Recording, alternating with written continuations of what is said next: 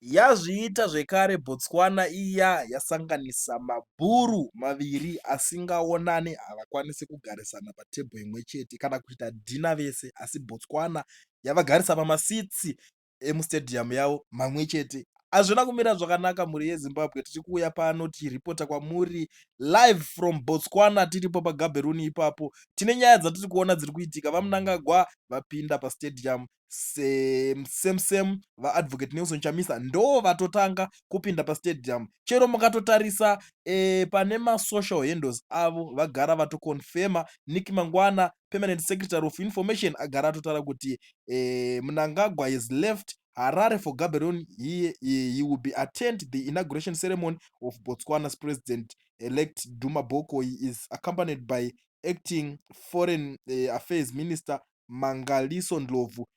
Zvabva zvakonfemeka, tiri kukonfema kuti chokwadi vaMnangagwa variko kuBotswana. Zvekare tiri kusangana neimwe mukaenda pane yava advocate Nelson Chamisa vachitotenda kuti thank you Botswana, I'm so humbled and honored to be invited as a guest here in Gaborone.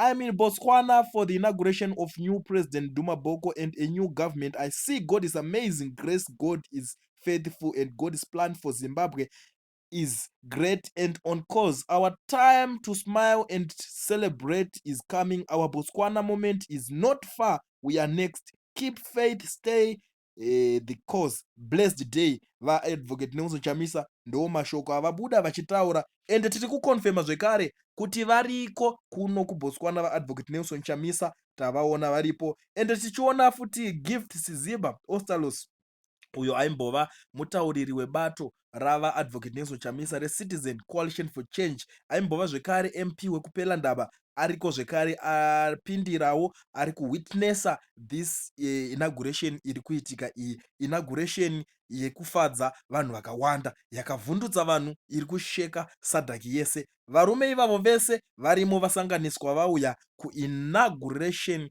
yepaGaborone. Tine zvakawanda zviri kuitika zvatichakupai. Stay tuned, like this video kuitira kuti mukwanise kuramba muchiona nhau dziri kuuya dzese dzemuBotswana munomu dziri kuitika painauguration. Thank you.